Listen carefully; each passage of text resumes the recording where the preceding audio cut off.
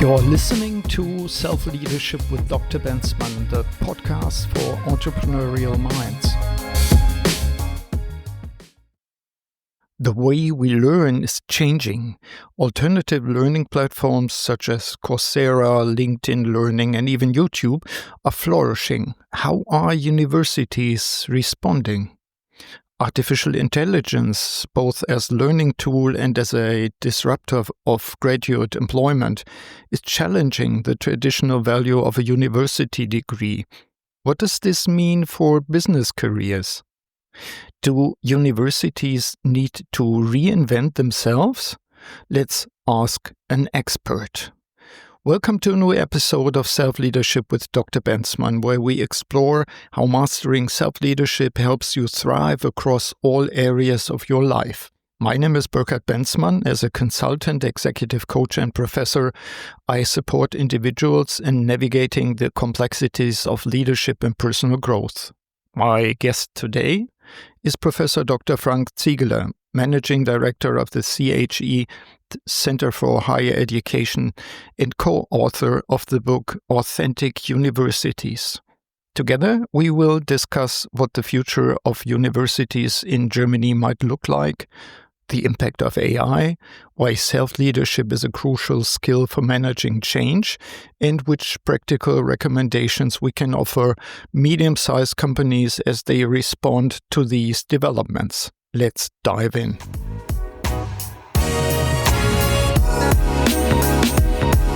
Hi, Frank. Nice to be here, but that's always the question. Where are we exactly? Yeah, where are we? So first of all, we are in the wonderful city of Gütersloh. Nobody knows that maybe where that is exactly. Maybe in South America there are people. So it's very close to a city called Bielefeld, and so that's I would say the upper third of Germany, a bit more to the west. Yep.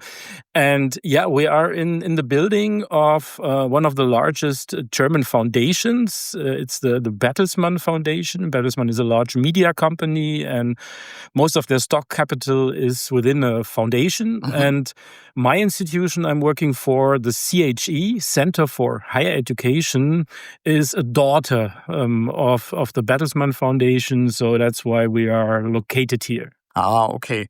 There are people, you said that's next to Bielefeld, there are people in Germany that are joking that Bielefeld does not exist. Yes, but Gütersloh definitely exists. Yeah. I don't know about Bielefeld. I can assure you. I can assure you. We meet because we have a topic in common. We both teach at the University of Applied Sciences in Osnabrück, which is my hometown, and we know each other now for I don't know, more than 20 years, maybe. Mm-hmm. And it's a topic that really always comes to my mind is what's the future of the universities, especially when it comes to helping, fostering transformation, helping the third mission. We should talk about the third mission and tell our listeners what that is. So I'd like to start with the first question. Like, what's the future? When we look ahead, what's the role of universities in the future? Because there's YouTube, there's Coursera, there's LinkedIn, there's lots of ways to learn. So things have changed in the last 20 years at least.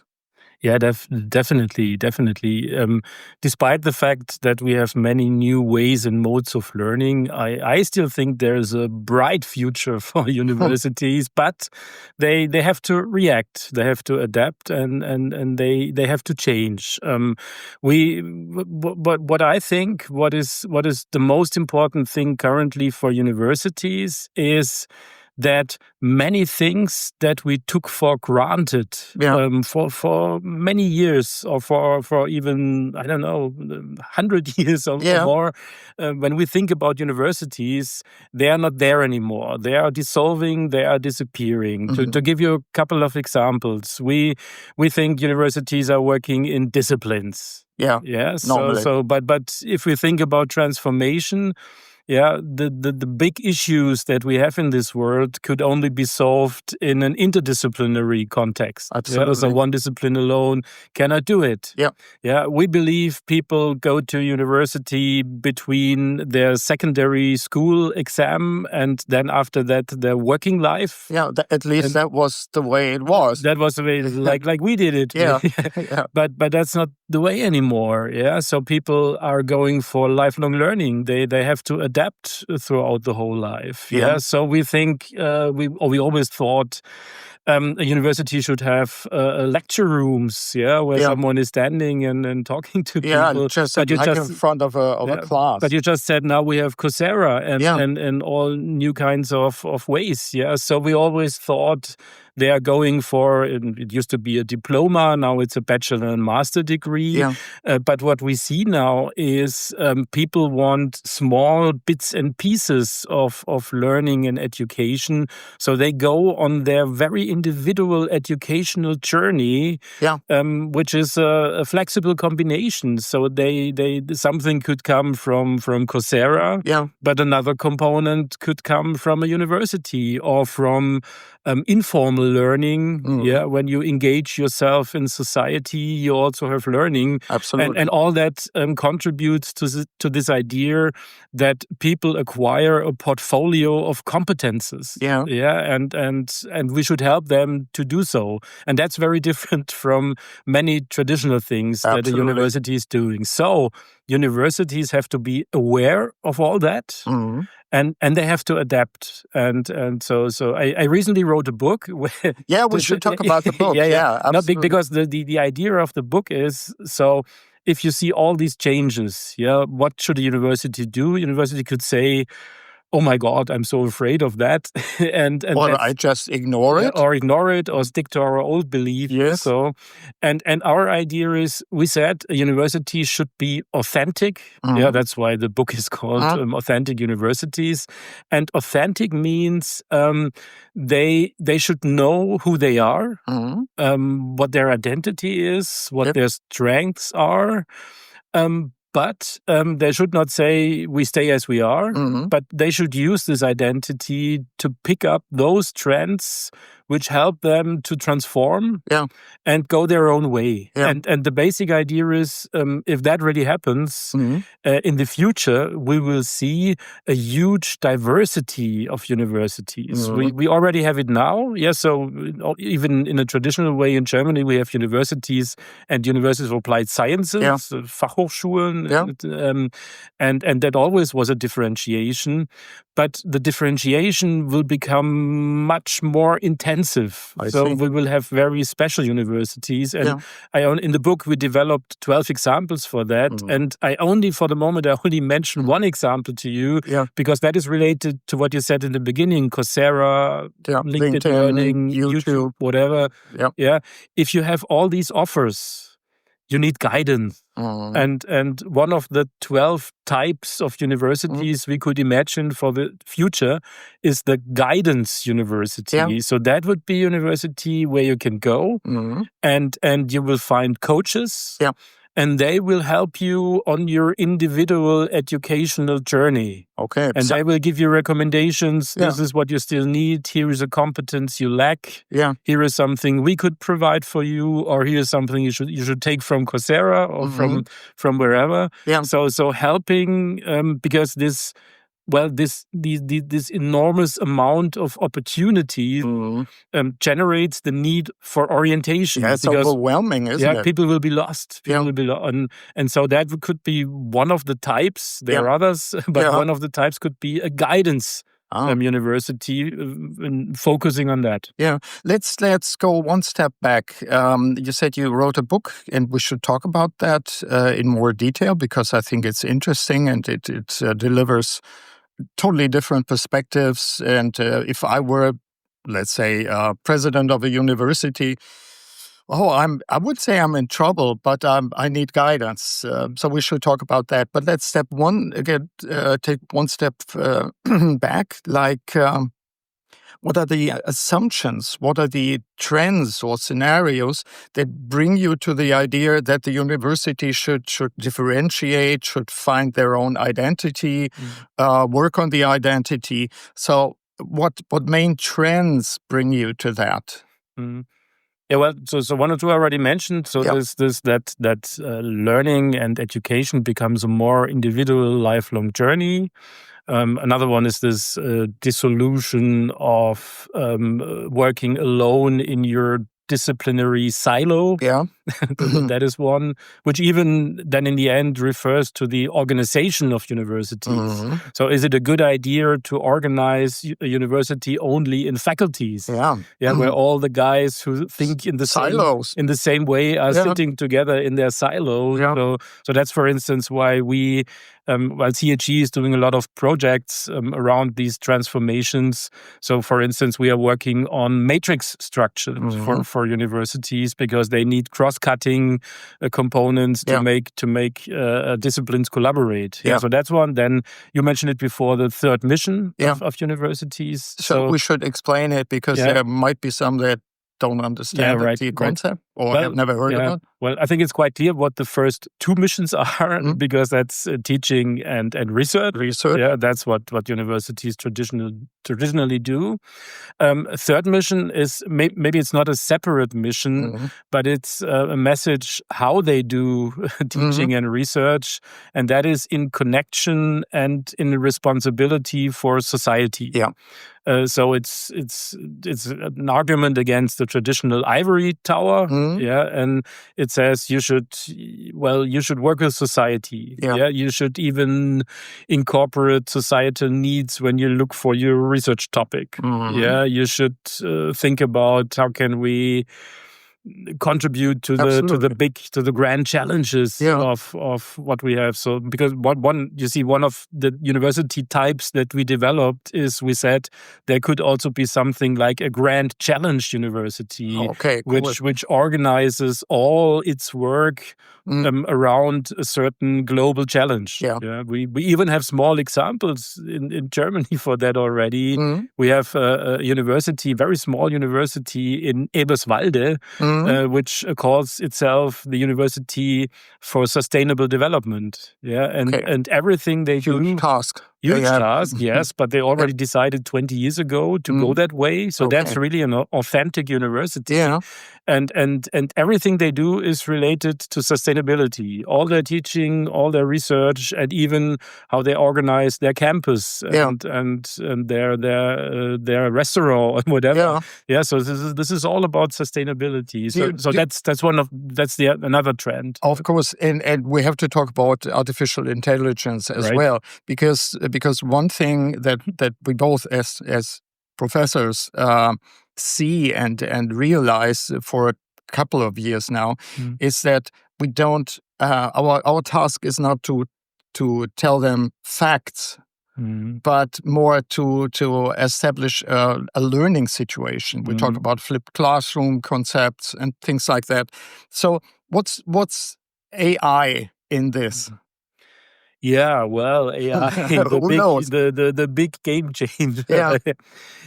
I think AI, that's of course one of the big trends. Somehow we have to adapt to a future that is in your working life and in your private life that will be largely determined by AI. That's very clear. And what does that mean for a university? For a university, it means that they have to prepare their students for a working life that is largely determined by AI. So what they definitely cannot do is they say, oh no, we keep AI out of the university. Because people should still have the knowledge. We cannot do it without the knowledge and so on. But what you have to do is you have to prepare people to work, to go into a process of academic co-production of human and artificial intelligence, because that is what you will later do in your job. So why should you do it differently in the university? So that means, for instance, a classical paper you write, I think you should change, for instance, as a university, that way of doing your exams. Yeah. So instead of just handing in a paper, in your exam, you should require from the student to describe the process, how she or he produced the paper together with AI.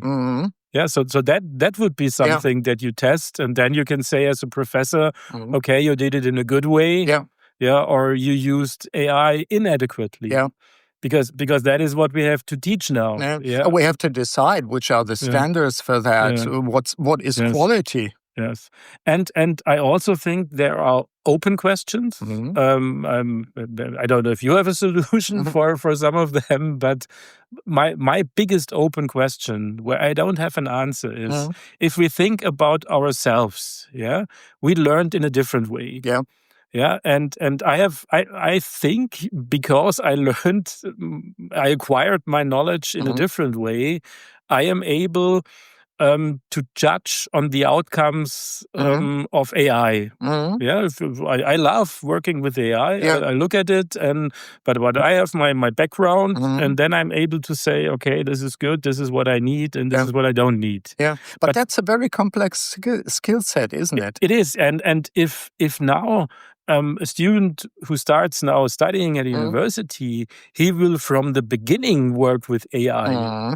So how can she or he develop the competence to judge the outcomes of what AI is producing?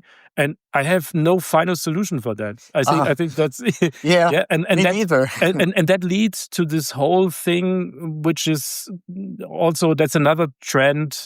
We asked for the trends in the beginning that is discussed at the moment. That is the role of these so-called future skills. There are different names for that, but currently in the discussion, it's mainly called future skills. So that's different kinds of generic skills, which are not the disciplinary tools, but which are more skills, for instance, how to organize a co-productive process with AI. Are we coming back to the times when there was in Latin studium generale, or general studies, like a broader idea of the concepts of a university? Are we coming back to that? Maybe yes, maybe to. I just visited yesterday a university. They already have a 10 credits component in every program, which is interdisciplinary. So that's, for instance, they want to teach their students from the beginning. You have to work together with guys from another discipline, fostering that. But this whole future skills thing is also, it's not only about what we teach, but it's. I think you mentioned it already before. It's also about how we teach. So, for example, this idea of challenge-based learning. We have some prominent examples in Germany, University of Lüneburg. When you start studying there, in the first weeks, all the students do a joint project together. So before they go to their discipline and learn their methods, they all go for a joint interdisciplinary project where they have the task to save the world or something, or solve the mobility issues, and then they just work on it, and then they know why they go to university and why they need mathematical methods or whatever. So this is catching people with working on challenges, and then they know from the beginning, okay, we are agents of transformation, and that is what is expected from us. So it's much about the way in which we teach and how we engage students. It's interesting. I had a podcast episode, I think it's 2 or 3 episodes ago, about transformation openness. And the one thing is to be open for transformation. Let's talk about the leaders in universities for a minute. transformation openness is just the beginning, because after that, after you have at least kind of openness for change, then there's the question of skills or of fear, of uncontrollable things happening. So what about the leaders in universities? Are they open to that? Are they open to the ideas to have a clearer profile, a clearer identity? Because I remember the times when we started with master and bachelor Bologna reforms. I was a magister, so I was the classical one. Others have their diploma.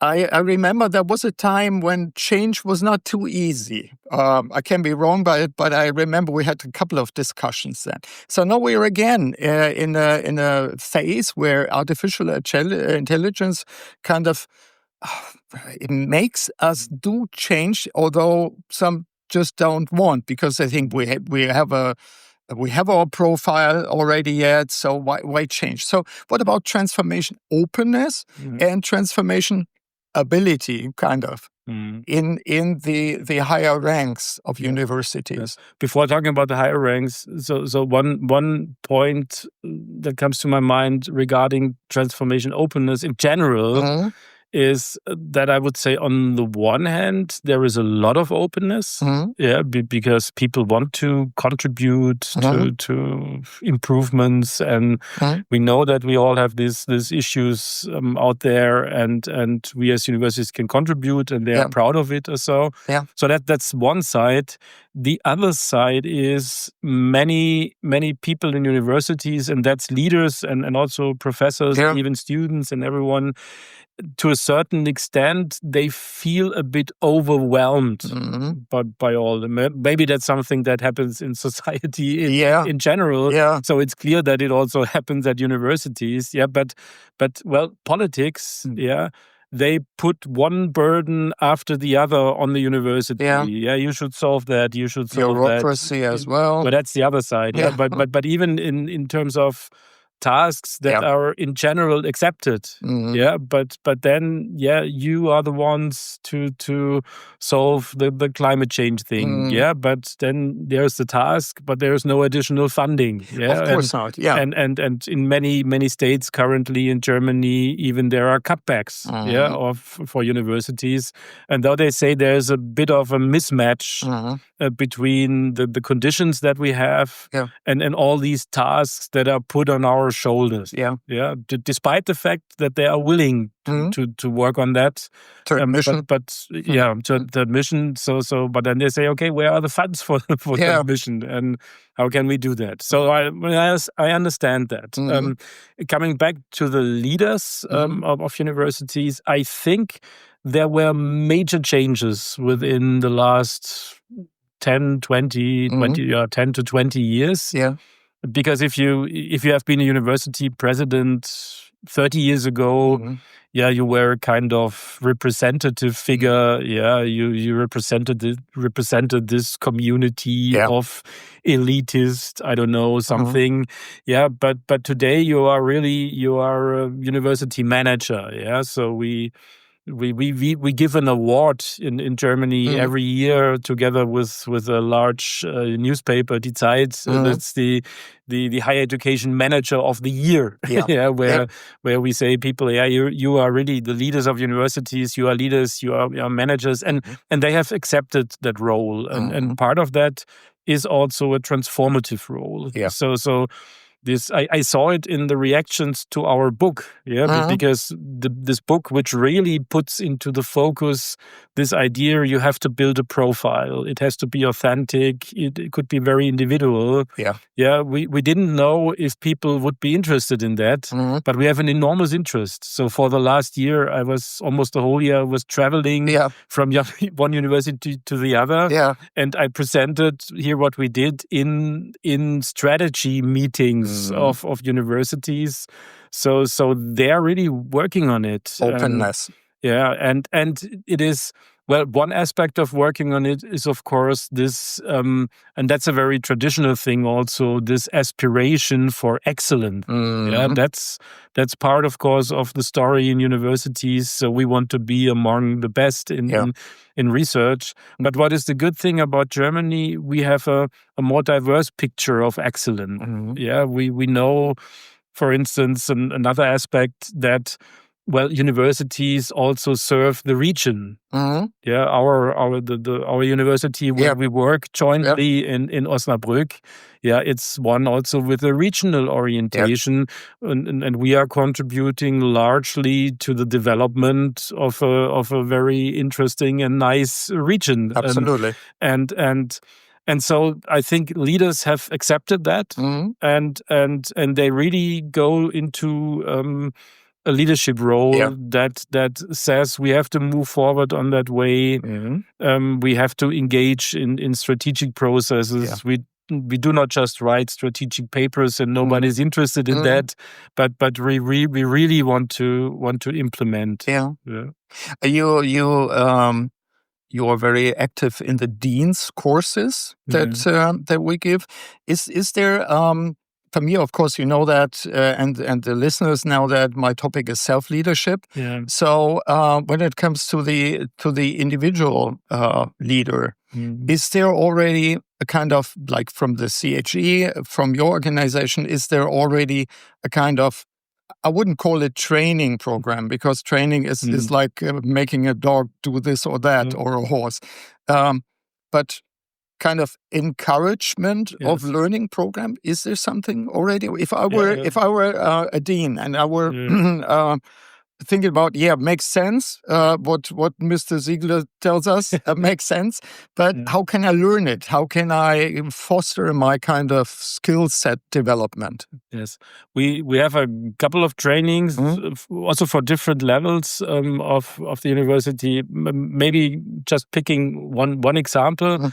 Since more than 10 years, we are running a leadership.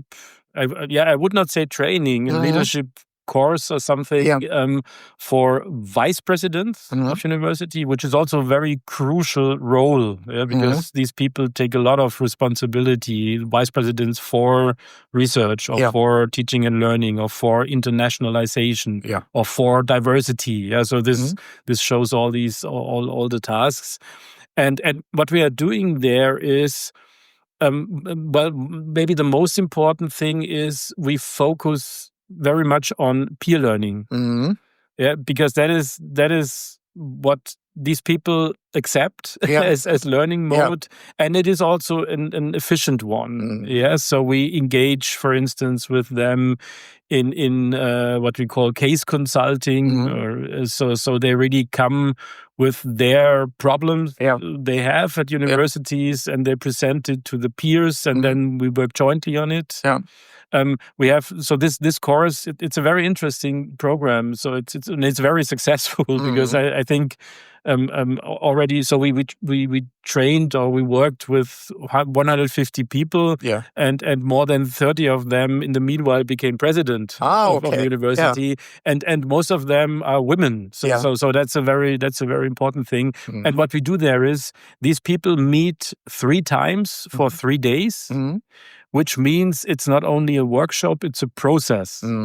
So there is a network which is being established. There is trust within a group. And this group becomes very open about everything. Learning together. And in the first workshop, we start with discussing the role. What is, because this is not clear. What is the role of a vice president? Are you a moderator, or are you giving instructions to someone, or are you? So how do you fill your role? That's something you have to identify for yourself. Maybe that's a part of self-leadership. Absolutely. To be clear Reflective. about that. In In the second workshop, we focus on internal relations. Yeah, because as a vice president, you have to work with within the team and the presidency. You have to work with the Senate and all kinds with the faculties, with the deans. Yeah.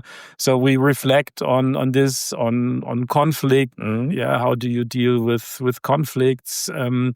And in the third workshop, we focus on external relations. Yeah. So there is a media training and there is there's an input understanding politics. Yeah. So we always think, okay, that's a bit strange what they are doing, but there is a logic behind it. Yeah. So, and the logic of a politician is different from the logic of a president, a vice president of the university. So we invite, for instance, former ministers who talk about that, and then we go into an interaction and so on. Yeah, so that's what we do. And this is really helping people to find their way and also to have the courage to say, for instance, I go for a president. I will be the candidate for the president of the university, and I can do it, and I want transformation and so on. Yeah. They're feeling prepared for that. You see, I can talk for hours about that, but, but it's. I think it's really important. Yeah, but that's hands-on. That's. I can see the structure behind that. I can see why you are focusing on peer consulting, on learning together and establishing networks. We see it now in our courses in higher education, that the alumni stick together, work together, exchange thoughts, which is absolutely helpful, because quite often, I think with all the changes going on, the people feel lost. So I think it's very helpful to have these kind of, not trainings, but courses. And they're really so they those who graduate from this program, they continue to meet, self-organize, and I know that they call each other, and so that's really to have this kind, because. And I think that's the same thing as in many other leadership positions. Of course, being in a leadership position sometimes also means to be alone, with what you're doing. And so here you have the opportunity to have people in the same situation, and that's very important. Yeah, and to be open. Yeah, very good. Let's have a look at the book. So I know that there are people from universities listening to that, so they might just simply ask, "How can I get the book?" Yeah. Give us a hint. You even don't have to buy it. Oh, very good. Because it's available on the internet. Yeah. So if you Google in German, I put a link in the show notes. Yeah, but it's Authentic Universities. Yeah. And the German title is Authentische Hochschule. So that's just one. But but for the English title, we chose universities. Yeah. Because we wanted to express this idea of diversity. Yeah. It's not a one size fits all university, but there are very, very different ways. But just Googling that or the link that will be... I put it in the show notes, so makes it easier. And I look forward to reactions, So if someone... we spread the news. So so let's have a quick look into the book. So you started to tell a couple of things. So when I'm going to read the book, what would I find there? That there's the different types. Yeah. So give us a quick... Maybe the story in a nutshell is, I already mentioned most of them, but in a nutshell it would be the many things that we took for granted are disappearing, changing. We can say, let's ignore it, or let's take it as a chance. We recommend to take it as a chance. We recommend to remain authentic as a university, so to know who you are, to know what you can do, and to look for the trend that helps you to develop. And we take the main trends and we say, if you would follow this trend in a very extreme form, then this university would come out after 5 or 10 years or so. So that's, for instance, the guidance university, we call one the regional engine, or there's this Grand Challenge University, or many other types. So this typology is not meant that this is a real type of university. It's more stereotype. And orientation. The reality will always be a mixture. We also put these different forms of universities to illustrate that into a quartet. So a card game. I saw that in the presentation. So you can also see these cards. Because we thought we do a bit of gamification of this idea. And I was just yesterday, I was working with the university with that, and they had the cards lying there of the quartet, and then they said, okay, we are a mixture of 1, 2, and 3, but we want to become more like 4 or so. So that helps. So these stereotypes help to reflect. So you will see all these types. And the last part is more or less, okay, and what does it mean for higher education management then? So how can management react? So to give you one example out of that, we are arguing the higher education management should train the foresight muscle. Very good. Future skill. So because that's what our book is about. So our argument is usually when we talk about strategies, we are talking about the 4 to 5 years perspective. But we say that's, of course, we have to do that. But on the other hand, we should also reflect, where do we want to be in 10 years? Or 15. 15 is maybe so far away that nobody knows what's happening then. And so we give some ideas about what should higher education management do. And in the very last chapter, we also say something about what should be the framework conditions. So what should politics do and so on. Maybe that part is a bit German, because many examples and so, of course, are very coming from the German context. But we already got responses that it's still, most of the things are quite transferable to the international context, because there are many similarities in development. Of course, the examples in another country would be different, but So that's more or less what the book is about. I think that's an appetizer to read it. And as I said, I'll put it in the show notes, the link, so it's easy to find it. I'd like to change perspective. Let's say there's a couple of, or lots of people from organizations like companies, CEOs, managing directors listening to the podcast, and they might ask the question, okay, I understand there has to be changes in the landscape of universities. I understand perfectly, because that's a kind of marketing question as well, that you have to have a profile, an identity, and work on that. What is in for me? So what's, let's say I'm a middle-sized organization. I have 1,000 people, in this case, in Germany, but also trading with the whole world. What can I expect? Do I get some bachelor students that don't have a clue still? Because nowadays that seems to be the case. They know facts, but they don't have the future skills, or lots of them don't have it. So I have to do all the work to train them, or to engage with them, so they are of something helpful in my organization. So what would you answer? What is in it for me? Well, I think quite a lot. And I come back to my basic idea of diversity of universities. So maybe that's also something that's also an appeal to people from industry. If you are 59 like me, you have a picture of university that often comes from the times when you studied and so on.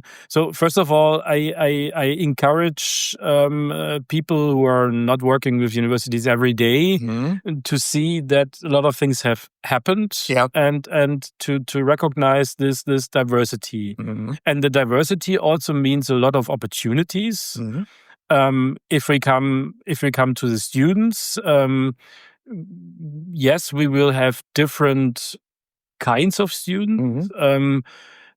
To give you one example, I think that's also a real trend. We will have students on the one hand, of course, who are still deeply rooted in a discipline and are extreme experts for even parts of a discipline. But what comes out of universities, we will also have more generalists. Yeah, we will have the people who went to these interdisciplinary programs, and they will be able to connect people and to well, they will be maybe many of them will be more likely the transformation managers.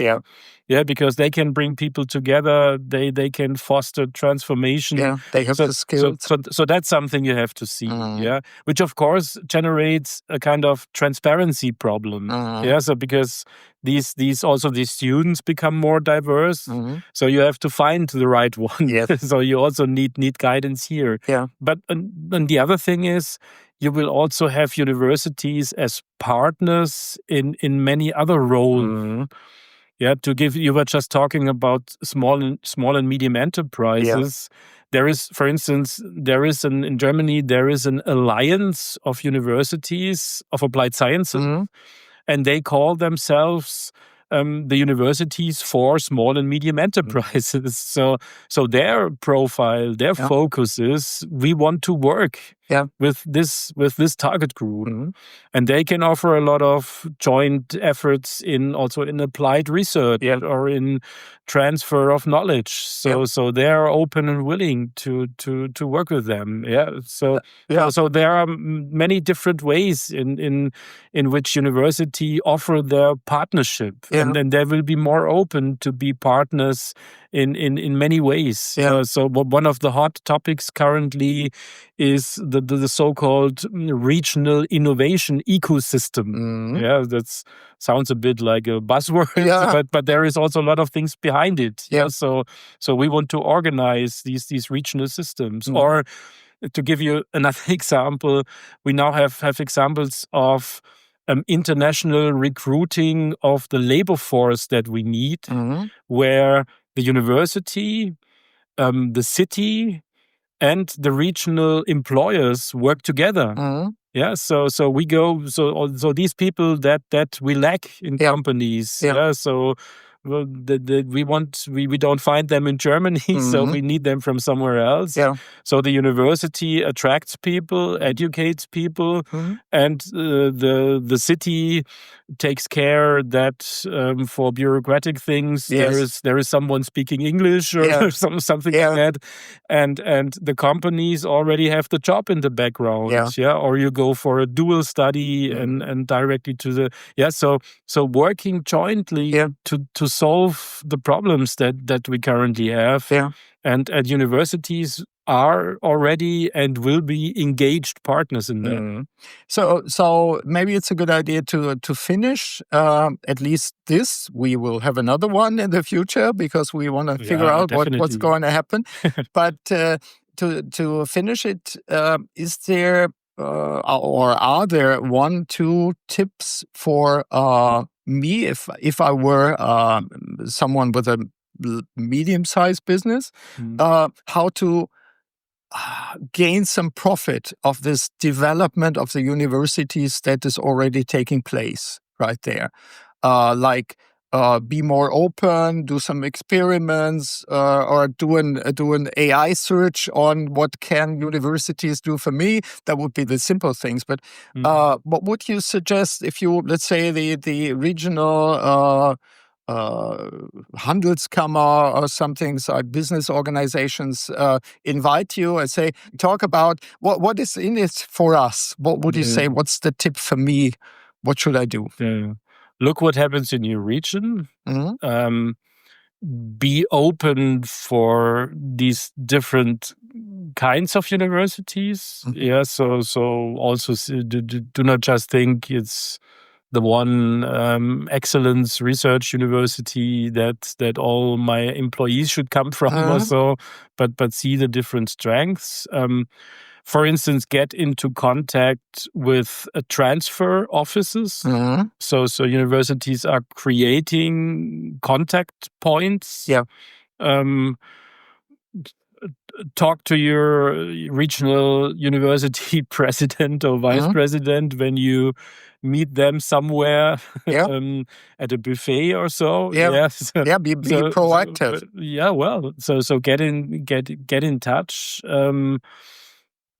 And also look beyond. I started with the region, but also look beyond the region, because there are special things out there. We have universities with very special offers, which are not everywhere in Germany, but just look for the contacts, be open, and try out things. Start working with the university. If maybe it fails, it could also could also happen. You see, I'm always creating a very positive picture. Because maybe that's also a bit a professional deformation, because we are working on these change projects, and I always see the engaged people who want to do something. I'm sure there are still, like in every business and in every part of our society, there are also people who don't like to work with others. But on the other hand, nobody loves a pessimist. So that's right. So that would be one thing. If anyone of the listeners wants to get into the contact with the CHE, it's easy, because you got the webpage. So I put a link to the webpage there as well. So CHE understands itself as we didn't talk about that. We are a think tank, a non-profit think tank. So we want to make the world of higher education a better place, and we are working on many transformation, reform, change projects. And if anyone is interested to do something with us, has an excellent new idea, for instance, which should get a bit of outreach. That's also something that we do. We look for best practices locally and try to inform the community about this good practice and so on. For instance, one thing that's also, by the way, something that has a lot to do with the companies and industry. In the recent years, we worked on the connection between academic and professional vocational training. Because in Germany, traditionally, we think this is very separate. But this is also one of the trends. It's not separate anymore. Young people want the best of both worlds. For good reason.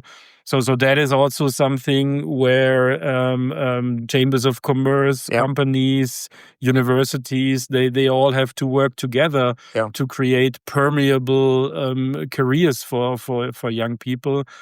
So ideas like that are always welcome. So get in touch with me and the colleagues. Very good, because I know we got listeners from South America as well. And from universities, for example, in Colombia as well. I'm pretty sure that they would love to exchange ideas and thoughts and compare things that happen here and there. We are also engaging in international leadership trainings. We are running, you mentioned the Dean's courses. That's not only for Germany, but we are running them currently also in Southeast Asia and in African countries. Because that's also one of the fascinating things about the world of higher education. It is a global, it's a global thing, and I love that, working together with universities. You just been to Latin America. I think you have the same mindset in that respect. Absolutely. And of course, I'm always looking forward to the new groups, normally each and every year, of the international students that come to us, and we work on higher education, because they are so open, they are so willing, and it's always refreshing. So, listeners, I think you got some insights, some ideas. I put the link in the links in the show notes. Frank, many thanks. Let's have a coffee. Yeah, Burkhard, thanks for the opportunity. It was fun. Absolutely. Thanks again. Okay. Bye. Bye. Thank you for joining me on Self-Leadership with Dr. Bensmann. Until next time, stay committed to leading yourself with purpose.